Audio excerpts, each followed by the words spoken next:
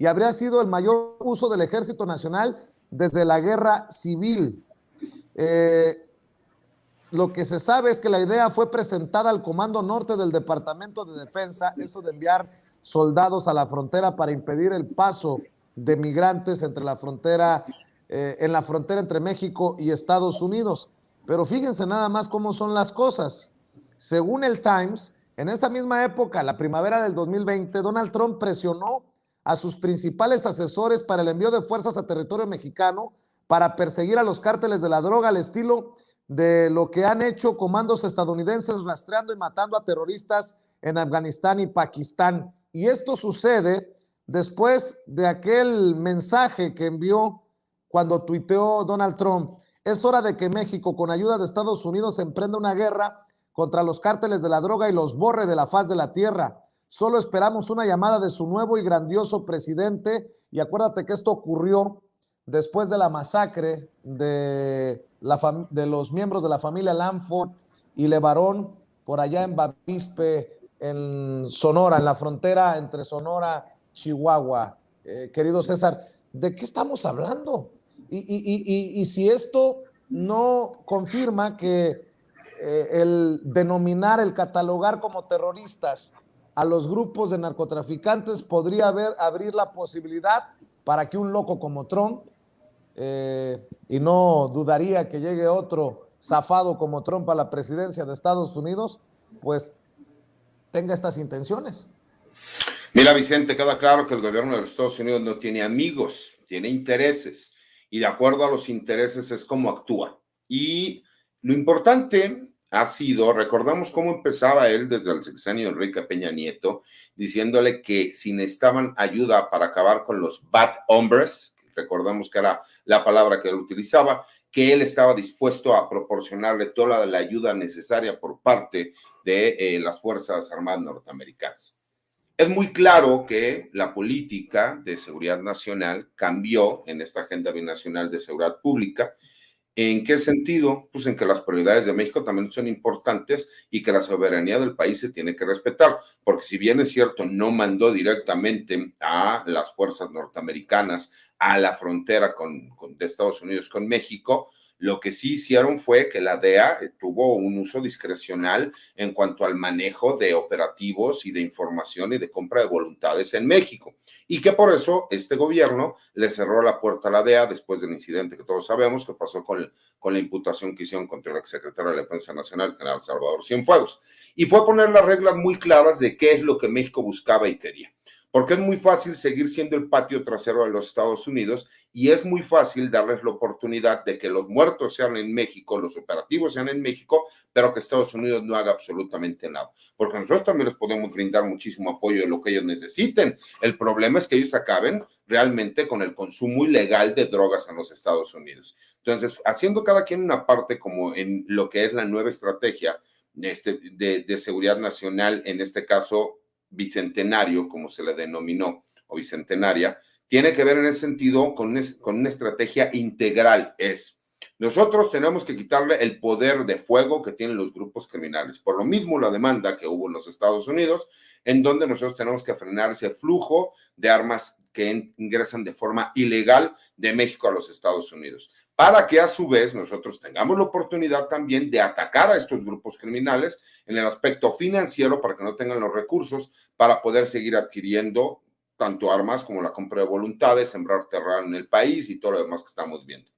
Y que posteriormente también, de acuerdo al trabajo de inteligencia que se puede llevar entre ambos países, entonces sí, lo que es el famoso Código Negro, ¿no? Estaríamos hablando de que la Guardia Nacional, el Ejército y la Marina darían golpes quirúrgicos operativos para ir, en este caso, contra un grupo o un cártel de la droga. Pero imagínate que se le hubiera permitido en aquel entonces dejar de forma unilateral al gobierno de los Estados Unidos denominar a cualquier persona como un grupo terrorista, pues lo que les daríamos sería la voluntad y la oportunidad de ingresar al país de forma ilegal, violando toda soberanía nacional, para acabar lo que para ellos sería un interés de carácter personal y seguir haciendo lo que ha pasado en México, ¿no? Dejar su guerrita aquí para que entonces ellos puedan seguir haciendo lo que ellos quieran en los Estados Unidos. Y creo que este gobierno vino a dejar las cuentas claras y poner una muestra muy sencilla de que aquí, para que se puedan llevar a cabo las cosas, tiene que ser respeto,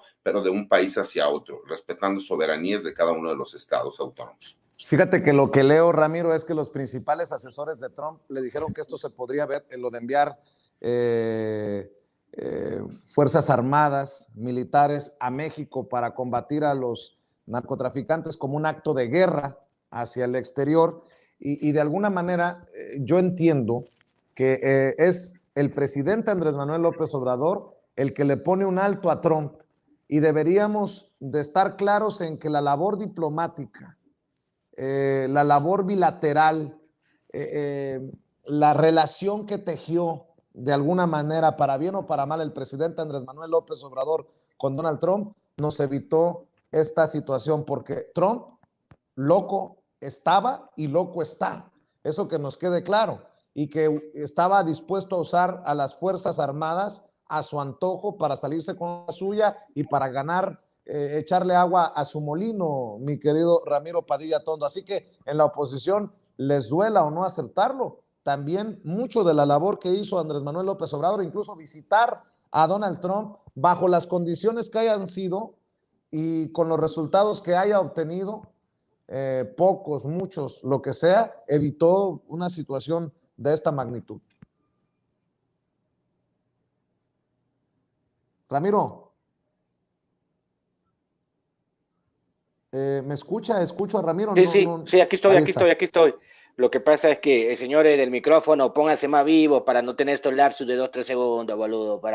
A ver, el tema con los Estados Unidos y el tema con las drogas tiene mucho que ver con la mentira que se han inventado los norteamericanos y que han interiorizado los mismos norteamericanos, básicamente. Esto es, más de 60 millones de consumidores, dicen algunas cifras. No solo eso, sino que también la industria farmacéutica se ha metido al mercado de las drogas. Hay que recordar que hay una crisis de opioides en Estados Unidos. Creo que es con el Oxycontin y otras serie de medicamentos que supuestamente que son para el dolor.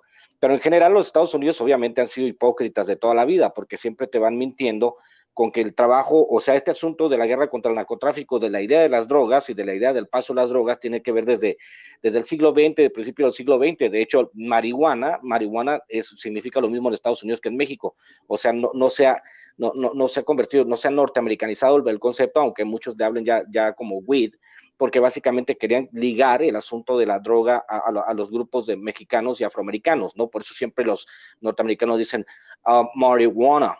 Pero obviamente este trabajo de hacer invisibles a los carteles norteamericanos, pues es una de las tantas hipocresías con las que han trabajado los Estados Unidos toda la vida.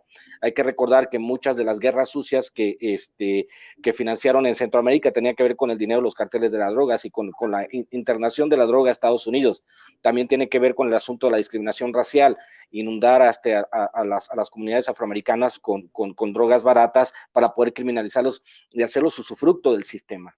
Lo que plantea Trump, o lo que planteaba Trump de mandar tropas a México, pues es lo más ridículo del mundo. Estados Unidos solo necesita dos cosas: dejar de mandar armas y dejar de mandar dinero. En el momento en que dejan de mandar armas y mandar dinero, se acaba, se colapsa las cadenas de suministro de drogas a los Estados Unidos. Pero al parecer los norteamericanos son más amigos de su dinero que de los mexicanos, y obviamente les importa un carajo que ellos pongan la diversión y nosotros pongamos los muertos. Obviamente sí, el presidente mexicano, nuestro presidente mexicano, que hay que decirlo con todas sus letras, es muy chingón, salió 10 veces más chingón de lo que esperábamos, porque pudo lidiar con un tipo tan inestable como Donald Trump. Evitó una catástrofe que hubiese permitido que si 250,000 Marines o 250,000 soldados vienen y declaran una guerra abierta contra los carteles de narcotráfico en México, imagínate si ya de por sí tenemos más de 300,000 muertos gracias a las estupideces de Calderón, que ahora sabemos que obviamente sus principales allegados ya se declaran culpables ante un tribunal en Estados Unidos de ayudar a un cartel, porque básicamente Calderón y sus allegados estaban trabajando para un cartel. Imagínate si hubieran entrado las tropas norteamericanas. Parte del plan Mérida era básicamente aumentar los niveles de cooperación entre México y Estados Unidos, pero es básico este concepto. No queremos más injerencias. El daño que le hizo Calderón al país, el daño que le hicieron los norteamericanos al país con el asunto de la violencia, vamos a tardar cerca de una generación en limpiarlo. Entonces hubiese sido una mega pendejada que Donald Trump a estas alturas y a sabiendas de que lo que tienen que resolver se tiene que resolver en Estados Unidos con sus millones y millones de consumidores, con la venta de armas indiscriminadas y con el flujo de dinero indiscriminado a México, pues obviamente el problema es un problema norteamericano, como lo dijo Tom Wolf. Somos nosotros, como lo marcó Marcelo Ebrard con la demanda que radicó en la Corte de Nueva York, somos nosotros los que debemos estar encabronadísimos con los Estados Unidos porque ellos han permitido que suceda este desmadre, mi querido Vicente. Esa es la parte que no han entendido y la parte que mucho mexicano pendejo que ve las noticias de los medios hegemónicos no han entendido. El problema es básicamente norteamericano, porque mientras tú creas un mercado negro, habrá alguien que quiera surtir el mercado negro. No hay de otra, mi querido Vicente. Oye, y ya que estás hablando del caso de Iván Reyes Arce